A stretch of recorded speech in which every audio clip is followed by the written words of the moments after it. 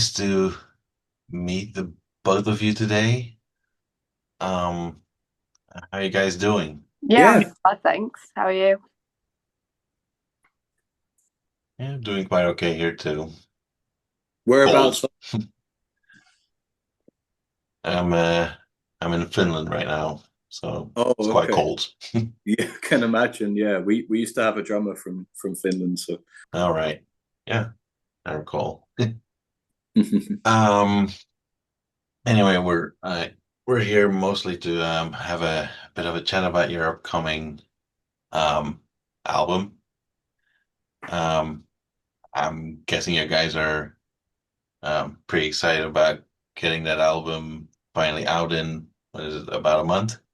yeah, February 6th. Yeah, really looking forward to finally having it out. We work on an album for such a long time. I think it's always a little bit surreal when people actually get to hear it. Yeah, I can imagine so.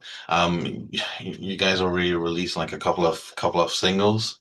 How do you feel people overall have been kind of reacting to your new songs? I mean, the reaction's been great from the fans. Yeah, we've only released three singles so far, and we've had great feedback so far. So I'm really excited for the album to drop for people to hear the full album. Been really cool as well here in the UK to get onto like Planet Rock, which is the big rock radio station, and Kerrang as well. They don't typically play heavy metal bands, especially new ones. So it was a real goal with this record to try and break into the mainstream of the rock and metal world and fly the flag for old school heavy metal. And the fact that we're managing to, start to achieve that has been really, really pleasing. Yeah, like you're like a lot of people, a lot of media um are often kind of positioning you guys as the like um like the future of heavy metal, yeah, maybe even a bit more than kind of um its revival, so to say. Um, what do you personally think that like modern heavy metal like needs more of right now, or possibly less? I think personally, that metal just needs more fun. It needs to sometimes stop taking itself so seriously, and it doesn't mean that you can't play a serious style of music, and you can't be serious about your lyrics or what you mean or who you are. But at the end of the day, I think music is there, and especially heavy metal is there for escapism. It's not there to lecture people. It's not there to, you know bring people around to your own worldview or whatever the fuck. I think heavy metal ultimately is fun, it's escapism, it's fantasy, and that's what we're trying to bring, is just a good time. Say your new album Midnight Blitz, it's full on let's say classic heavy metal. There was sort of like I guess some expectations for the album or the new music that was coming from like the fans and people that know you already. Um, how like were you aware of that kind of while writing, or did you kind of um actively try to ignore those kind of expectations? I think we didn't really pay any mind to it, because Hmm. all you can do as an artist is create for yourself. You can't really try to make other people happy. You just have to make yourself happy. And I think if you truly enjoy and believe in what you do, then other people will as well. And to be honest, if they don't, then it's not the end of the world, because you've still fulfilled your own creative and artistic expression. I think that's the most important thing, is your own happiness, because there's no point to be in the biggest selling band in the world if you don't enjoy your own music. I mean, there's no soul in that. Yeah. Talking about like being creative, was there anything like on this album that for you personally was like a bit of a victory or something that you're proud of, that you kind of um like did new, or like something new that you tried? For me, there was a lot more collaborative stuff going on with me and Zach, the other guitarist. We have a lot of parts that complement each other. Like, for example, Eulogy, we have the sweeping section at the end. So that was really cool. I've never been in a band before where there's been two lead twin guitars. I've always been the only one. So that was with another guitarist. Sorry, did I just cut out for a second then? Did you hear that okay, or did I go Yeah, weird? it was just a millisecond Yeah, that you were gone. cool.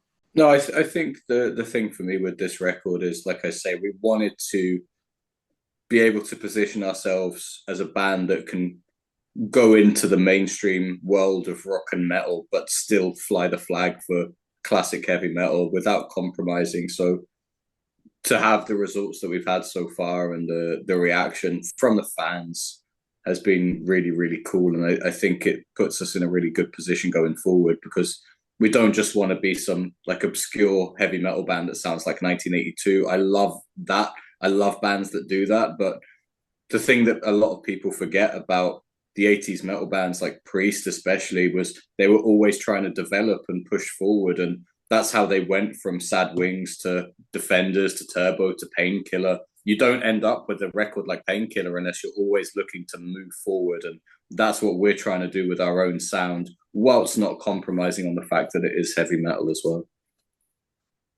Yeah, I listened to your album a bit today already, and like you can you can hear that it's like maybe a bit more precise, like more like like a well aimed shot, so to say, than your debut album, but without kind of losing its raw edge, maybe. Mm. Um, was there like anywhere that you kind of consciously decided to like not clean it up or like not be too smooth?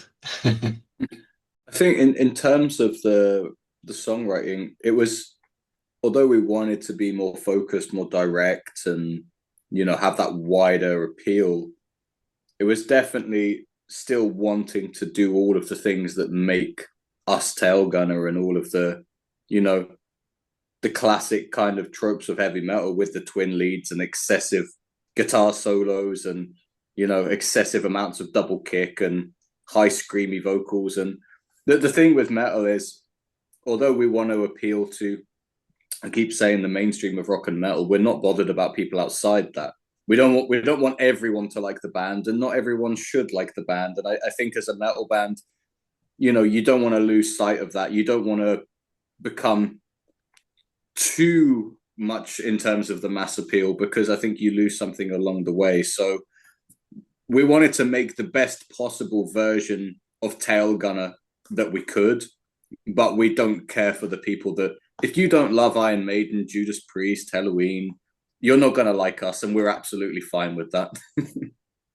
Well, talking about Priest, one really big thing that comes with this album is not only that KK Downing kind of like pushed you guys forward, but he also like produced the album.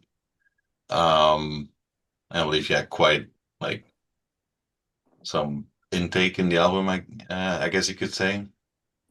Um, was there any moment that you guys as a band kind of felt like you needed to, for instance, push back a little bit to like what he was, for instance, saying, like going a bit more on the like fans' instincts, like no, no, we should actually do it like this way.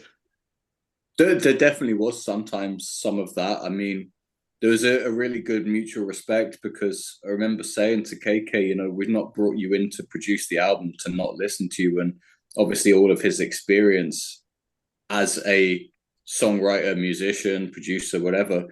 But at the same time, he would say to us, well, ultimately, the band has to be happy. You're the ones that have to go and tour this stuff and stand behind it for the next 20, 30, 40 years, So it was a really great sort of level of mutual respect. And sometimes we would definitely have arguments about the material in the studio, but I think that's important. If you don't have those conversations, those arguments, it would mean that people didn't care. And no one can be accused of not really caring about this record. So it's quite good. Sometimes you have to sort of pinch yourself and think, fuck, I'm arguing with KK Downing about what BPM and intro should be. Like, what the fuck is my life? But yeah, Pretty cool that there are some of the real old school within in metal that keep their like eyes and ears open for Mm. young promising bands.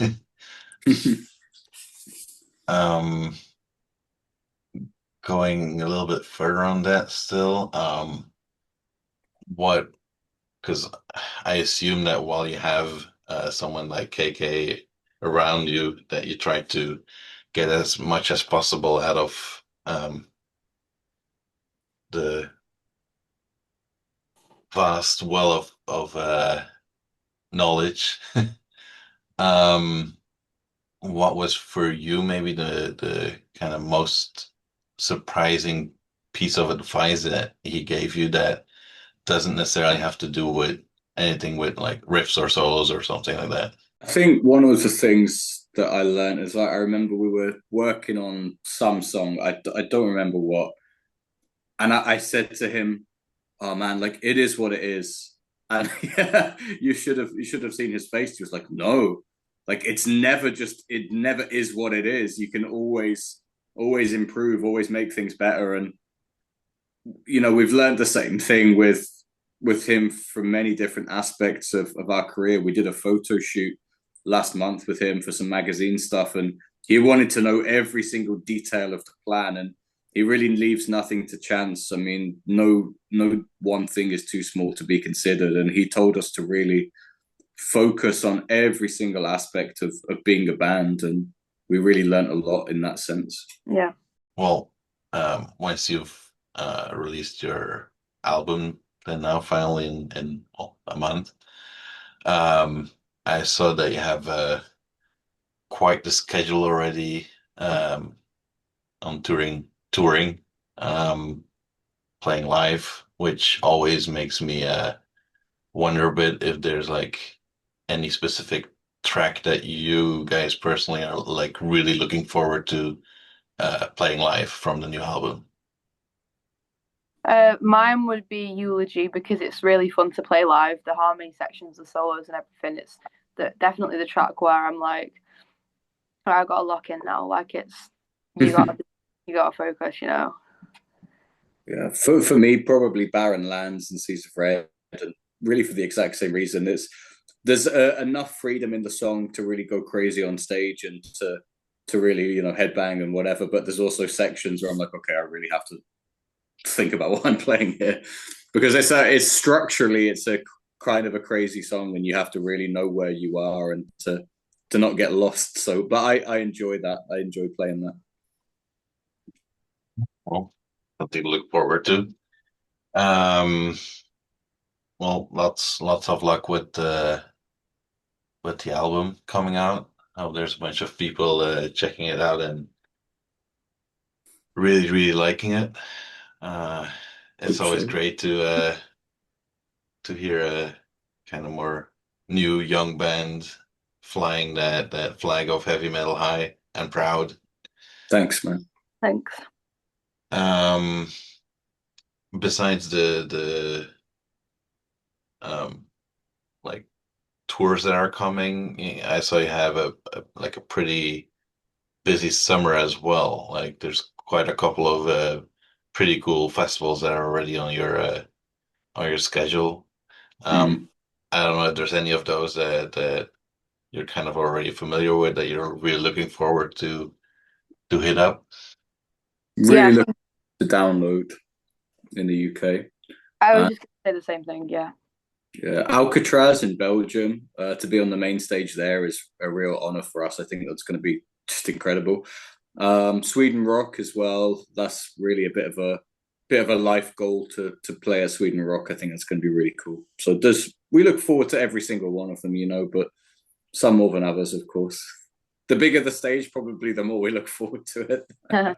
Yeah, I was kind of guessing already that you'd at least say download. It's it's quite a big win for a band from the UK to play at. Um, you mentioned Alcatraz. I'm hoping to get to see you guys there. Oh, wicked. Uh, it's a it's a really cool festival. So It looks great.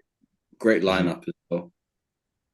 Yeah, always way too great lineup because it's always hard to pick what band to go to Mm. or to stay with. But yeah, hopefully you have a great show there. Um, and well, great tours. Uh, and again, uh, lots and lots of luck with the album coming out. Thank you very much. Um, to kind of wrap it up, is there anything at all that you guys would like to like say still? Just the record will be out February 6th. We start a tour.